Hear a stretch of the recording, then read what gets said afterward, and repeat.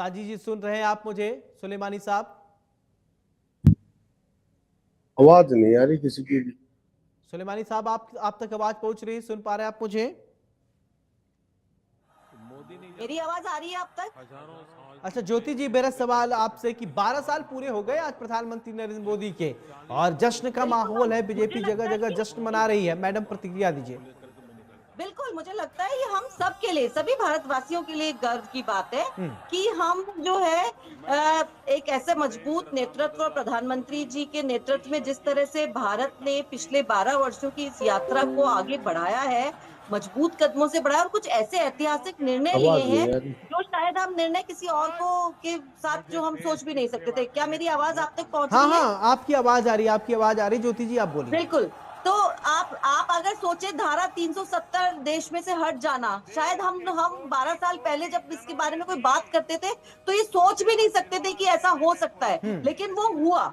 और आज वो कश्मीर हमारे देश का बिल्कुल अभिन्न अंग बन गया है और एक ही कानून पूरे देश में लागू हो रहा है। ये हम सबको अच्छा लगता है। आज जिस तरह से नक्सलवाद को खत्म किया गया है, जिस तरह से उसे कमजोर किया गया है, जिस तरीके से एक शांति स्थापित करने का प्रयास किया गया है, आप सब देख सकते हैं। और मुझे लगता है कि जिस तरीके से लगातार मोदी जी के नेतृत्व में भारत देश की जनता विश्वास जता रही है, वो अपने आप में एक उदाहरण, मतलब यूं कहे मिसाल है, अपने आप में एक उदाहरण है कि कैसे देश की जनता मोदी जी को प्यार करती है, हाँ। उन्हें चाहती है कि वो अपना नेतृत्व करे। तभी तो वो आज सबसे बड़े देश के, लोकतांत्रिक देश के सबसे लंबे समय तक चुने हुए प्रधानमंत्री बने। चुने हुआ प्रधानमंत्री जनता के मत से बनता है, जनता के स्नेह से बनता है, जनता के आशीर्वाद से बनता है। और जब जनता ने जब आशीर्वाद दिया है तो वो इस जगह पर इतना लंबा सफर उन्होंने तय किया, इसलिए जनता का स्नेह और आशीर्वाद उन्हें पूरी तरह से मिला है। और इसी बात को लेकर के आज जो है पूरे देश ने दुआएं की हैं कि मोदी जी दीर्घायु हो, स्वस्थ रहें, देश का नेतृत्व करें और भारत और मजबूत कदमों से आगे बढ़े। आज भारत पूरे विश्व में एक ठीक है, चौथी आर्थिक चलिए ठीक है। अर्थव्यवस्था साजिद जी भी जुड़ के गए, रूप एक में बार प्रतिक्रिया स्थापित लेता है। हूं, फिर जल्दी देश में जल्दी एक आता हूं आप पूरे लोगों के पास। साजिद विश्व जी, में एक ऐसी ठीक है, मोदी पहचान के सरकार साथ के 12 स्थापित साल है के इस जहां कार्यकाल को कैसे देखते हैं? उसे ठीक है उसके ज्योति बिना जी, कोई आपकी बात ठोस आ गई, निर्णय नहीं लिए जा आपकी बात आ सकते हैं, गई उसे ज्योति उस जी। निर्णय में साजिद शामिल जी, करना ठीक है सबके मैम, आपकी सबकी बात आ गई। जरूरत है। और ठीक है, सबसे बड़ी बात है, आज एक माइंडसेट ठीक है, चेंज ठीक है हुआ मैम, है और लोगों का प्रतिक्रिया हिंदुस्तान ले का लूं क्योंकि कि थोड़ा हर देर हो व्यक्ति गया है। अपने देश के बारे में बात ठीक है करता मैम, है। ठीक है, वोकल फॉर लोकल हुआ है, ठीक है। अपने देश में चीजें बन रही हैं और उन्हें वो यूज कर साजिद रहा जी है सुन और रहे हैं आप कैसे मुझे? और ज्यादा स्टार्टअप बन सके। आज हम देख रहे हैं 115 ज्यादा तो यूनिकॉर्न है। मतलब हमने इतने अपने बल पर, अपने दम ठीक पर, है ज्योति जी, हमारे देश के युवाओं ठीक है। की नॉलेज सुशील पर, जी, उनकी ताकत मोदी पर, उनके सरकार की, विश्वास ठीक पर है हम आज मैम, बढ़े। आपकी बात आ गई। सुशील जी, जो ज्योति जी की आप ये आप सुन रहे थे, तो 12 साल के कार्यकाल को कैसे आप देखते हैं, प्रधानमंत्री नरेंद्र मोदी के इस कार्यकाल को? मैं अपने नजरिए से इस रूप में देखता हूं हम्म।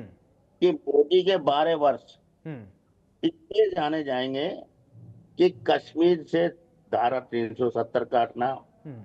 3 तलाक, भारत की अर्थव्यवस्था, नोटबंदी, जीएसटी, CAA, SIR, चुनाव प्रणाली में जबरदस्त सुधार, हम्म।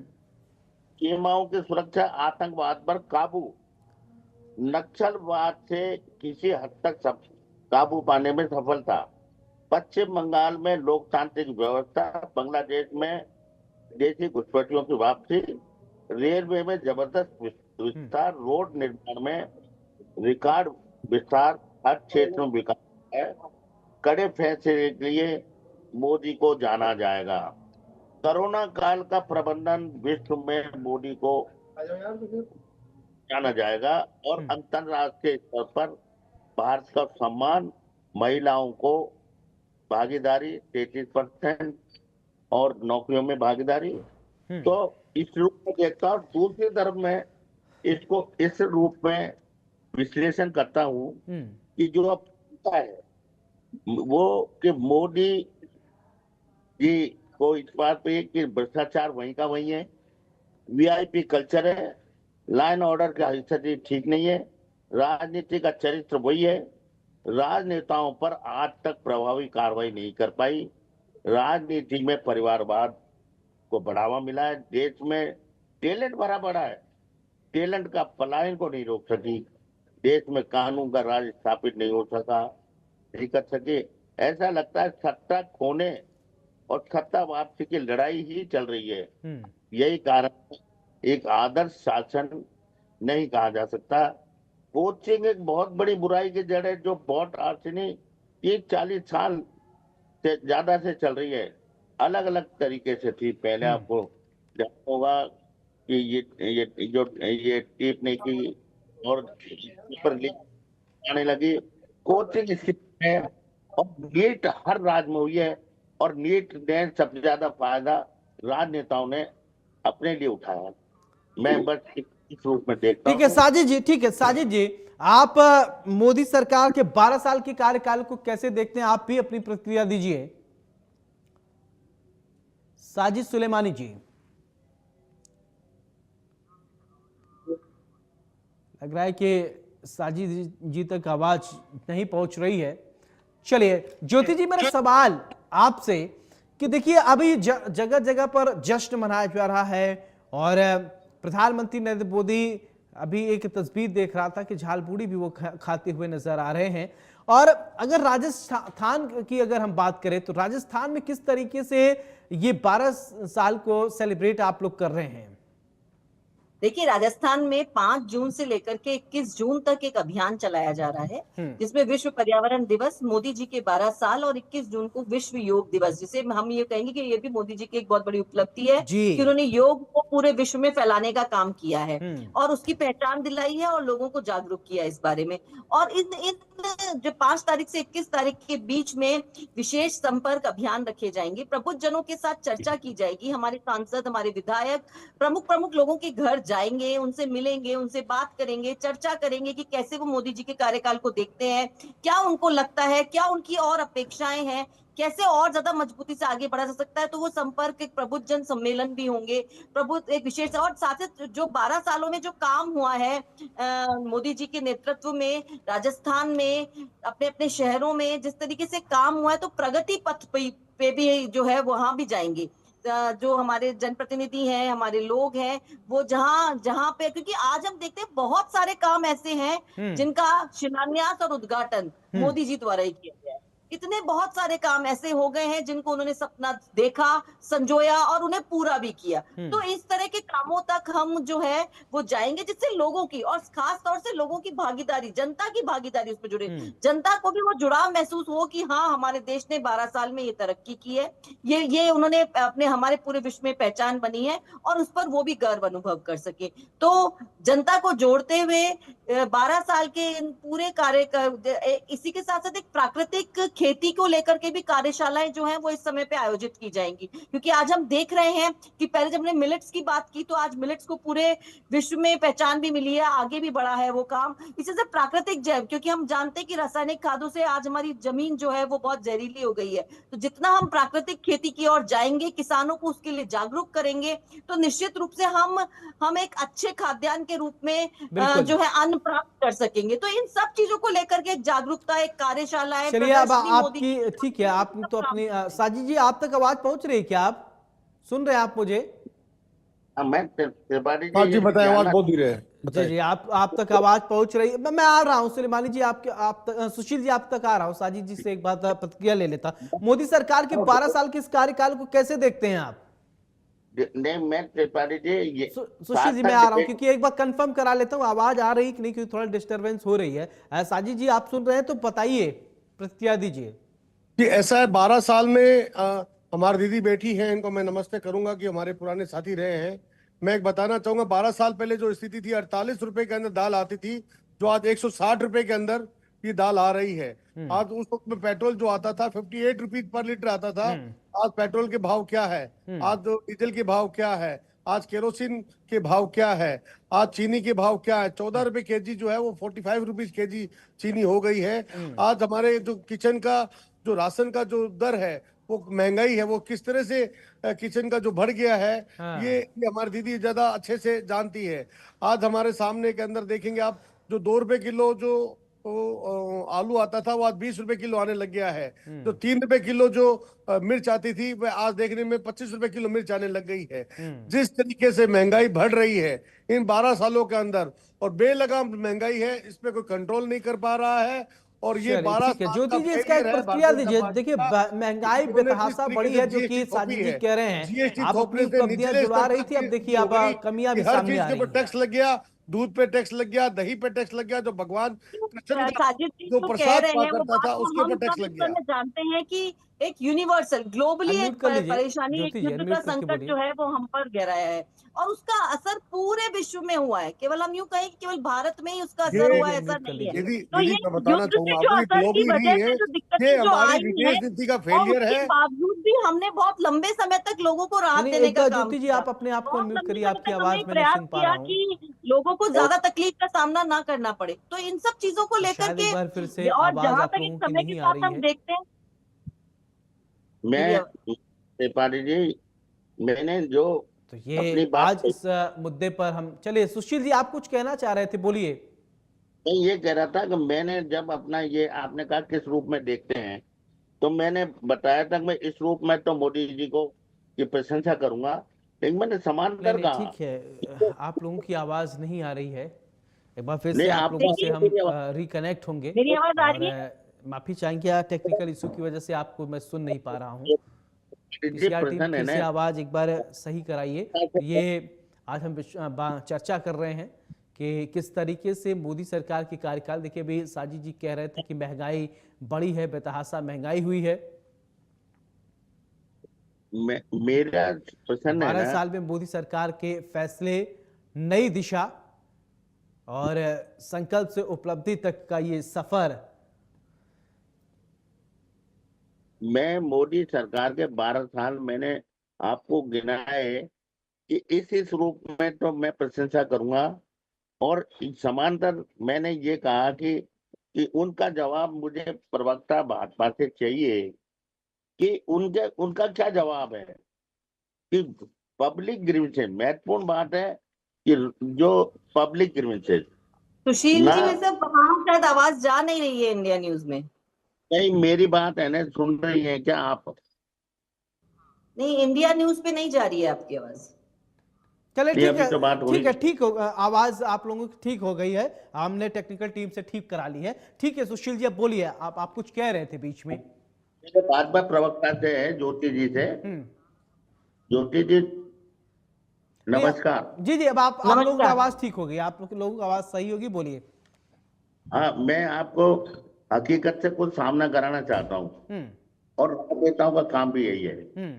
और अब प्रवक्ता है तो मेरी बात अच्छी तरह जानेंगे और पहुंचा देंगे। हम्म। अब ये इनकी वो आ नहीं आ रही है। नहीं नहीं, अब सही है, आवाज सही है सर, अब बोलिए, आप बोलिए। मुझे इतना सा बताओ कि 12 साल की हम बात कर रहे हैं, मैंने भी बताया, मैंने भी तारीफ कर दी, क्या भ्रष्टाचार 1% भी कम हुआ? हम्म। या वीआईपी कल्चर खत्म हुई? हम्म। कानून का राज आया, लॉ एंड ऑर्डर की स्थिति सुधरी, हम्म। राजनीति का चरित्र बदला, हम्म। राजनेताओं पर आज तक कोई प्रभावी कार्रवाई हुई?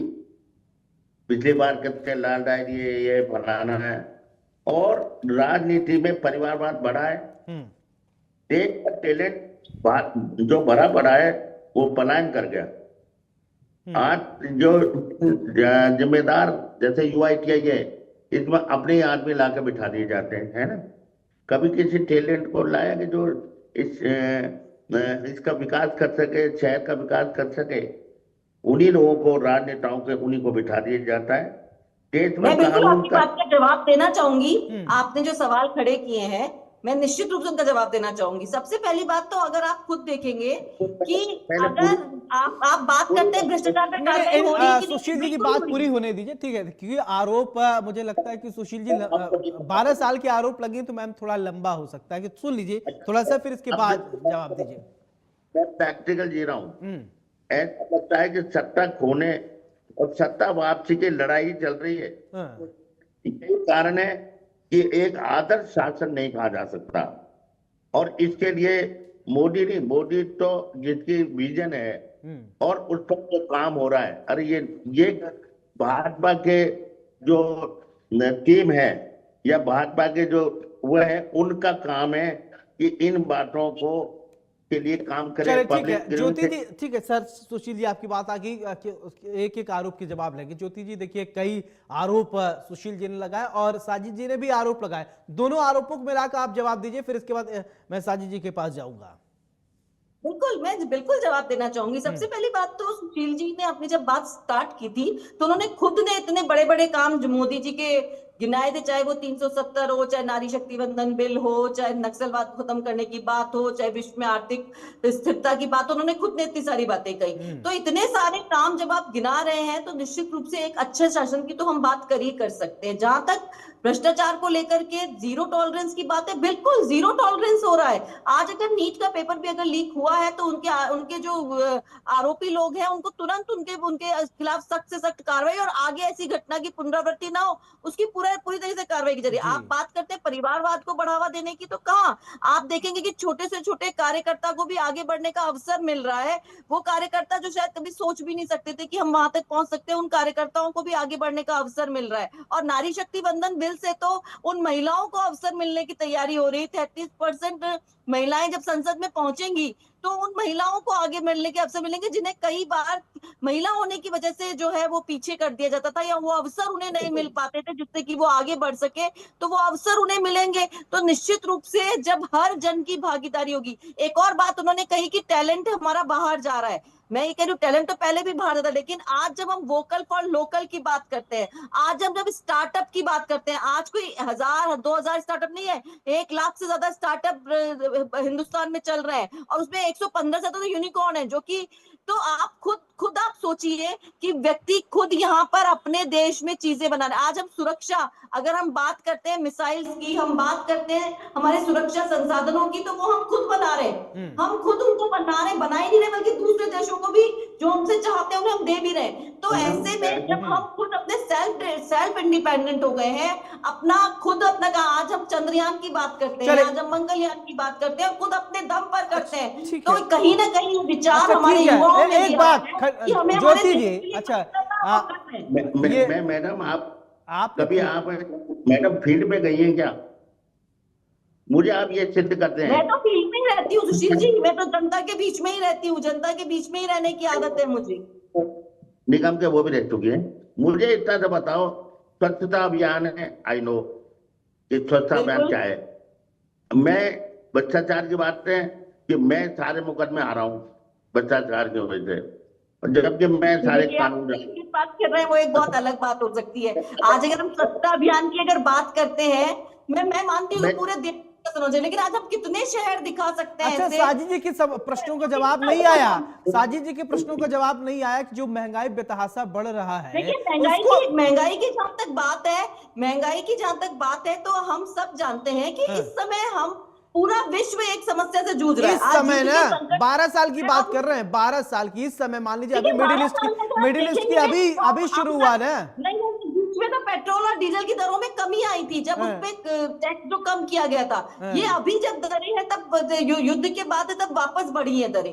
तो ऐसा नहीं है, अभी तक आपने देखा होगा कि कितनी चीजों के दाम बिल्कुल स्टेबल ही चले आ रहे थे, बढ़े ही नहीं थे। आज हम देखते तो ये बताऊंगा 135 जब बैरल हुआ करता था तेल, जब 58 रुपए लीटर डीजल और पेट्रोल मिलते थे 135 के दौर के अंदर भी, सरकारों को चाहिए कि वह खून चूसना बंद करे, जीएसटी कम करे, टैक्सेस कम करे, सब ठीक हो जाएगा। अब सरकार ने गबर में लगा रखा है। जो स्लैब्स पहले इतने ज्यादा स्लैब्स थे, आज वो सारे स्लैब्स घट करके 5 और 18%, 12% पर आ गए। तो सरकार ने जहां जहां लोगों को आज भी 10 करोड़ लोगों को सरकार खाद्यान्न उपलब्ध करवा रही है, मुफ्त खाद्यान्न उपलब्ध करवा रही है। तो सरकार अपनी ओर से हर जन को कैसे लाभ मिल सके, उसको राहत मिल सके, चाहे वो कोरोना के समय से जो शुरू हुआ, आज हमने अपना वैक्सीन खुद तैयार किया, वैक्सीन उपलब्ध करवाया लोगों को। यहाँ पर लोगों ने हमने कोरोना को इतने अच्छे ढंग से, हम यूं कहें कि इतने बड़ी आबादी वाले देश ने इतने ढंग से उसको हैंडल किया कि आज हम बहुत सेफ साइड पर हैं। और उस समय जो हमने लोगों को राहत उपलब्ध करे, वो राहत हम आज तक दे रहे हैं। तो एक हम यूं अंत्योदय की भावना से जो बीजेपी सरकार है वो काम कर रही है और आगे भी करती रहेगी। दीदी, कोरोना में कोई घर बताइएगा जिसके अंदर मौत नहीं हुई पूरे देश में? कौन से घर ऐसा था जिसमें मातम नहीं मचा? वो हमारा फेलियर था कि हमने डब्बे बजाए, मतलब जिस घर में बर्तन बजते हैं ना, उस घर की क्या स्थिति होती है।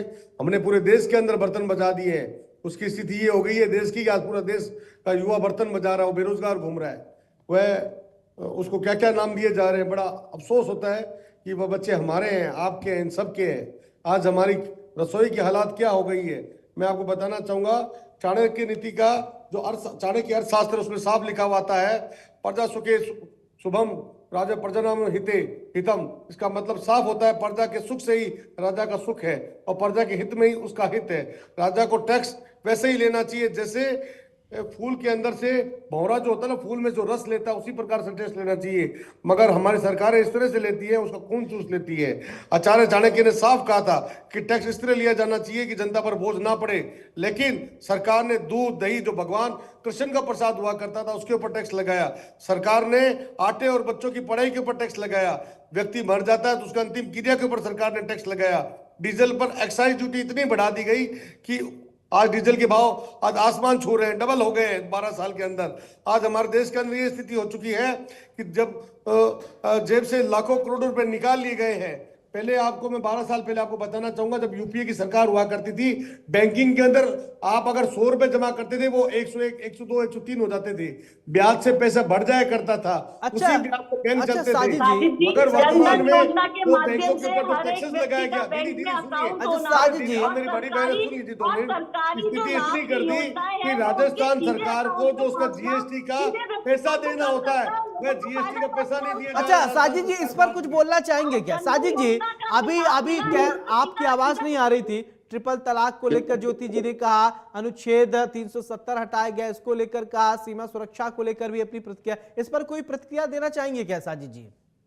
क्या बोले आप? धारा 370 की बोल रहे हैं? हाँ, अनुच्छेद, धारा वो 370 को धारा नहीं, वो रह अनुच्छेद। गया है। हाँ, आज अलग अलग राज्यों के अंदर जब देश का एकीकरण करना था, उस वक्त में देश को शामिल करना था, हाँ। तो उस वक्त में नेहरू जी ने देश को शामिल करने के लिए, जम्मू कश्मीर को शामिल करने के लिए, उसी प्रकार आज हिमाचल में भी 371 लगी हुई है, नॉर्थ ईस्ट के अंदर 371 लगी हुई है। अलग अलग राज्यों को अलग अलग छूट दी गई थी। मगर जब हमको लगा कि हमारा देश आज सशक्त हो चुका है, तो हमने 370 हटाई, मगर 370 भी आज और ये गई है। हम चाहते हैं पूरी की पूरी 370 हटे, हाँ। पूरी की पूरी 35A हटे, पूर्ण रूप आज अखंड भारत के अंदर, अखंड भारत का हम सपना देखने वाले। तो 562 रियासतों मिला के जो देश बनाया गया था, हाँ। बाद में सिक्किम को हमने जीता, अंडमान निकोबार को जीता, हमने हैदराबाद को शामिल किया, हमने अलग अलग राज्यों को, अलग अलग शहरों को बाद में जो शामिल किया है, ये किसी से छुपा हुआ नहीं है। देश को सशक्त बनाने का काम जो इंदिरा जी ने, नेहरू जी ने, राजीव जी ने, सोनिया जी ने, मनमोहन सिंह जी ने किया, अटल बिहारी वाजपेयी जी ने किया। आप 70 साल की बात करेंगे, 70 साल में अटल बिहारी वाजपेयी जी की सरकार रही, मगर आप अफसोस ये होता है कि जिस पार्टी के जो कर्णधार थे, उन्हीं के खिलाफ आप लोग बोल देते हैं कि 70 साल की बात के अंदर। मैं बताना चाहूंगा, महंगाई इतनी चरम सीमा पर पहुंची हुई है, ठीक है, आज एक एक घर का किचन हिला ठीक हुआ है, है। ठीक है सुशील जी, देखिए ठीक है साजिद जी, आपकी बात आई। सुशील जी, ठीक है सर, ठीक है, ओके, ठीक है, महंगाई एक मुद्दा है, सोचना पड़ेगा। बाकियों को तो दरकिनार नहीं किया जा सकता ना सुशील जी, जो अभी सरकार ने किया। सॉरी, एक मैंने इसलिए कहा, एक लास्ट पर जो श्रमिक है, और मैं इग्नोर की बात नहीं कर रहा, पर मुझे 1 मिनट लास्ट में जो श्रमिक है, जरूर ये कुछ न कुछ यानी एक साथ तक वो निकलना चाहिए। बस लास्ट लाइन मुझसे उनसे प्रश्न करना था बस। चलिए, अब प्रधानमंत्री नरेंद्र मोदी संबोधित कर रहे हैं, वो भी हम आपको सुना देते हैं इसी डिबेट के दरमियान, सुनवाइए। जनता जनार्दन ही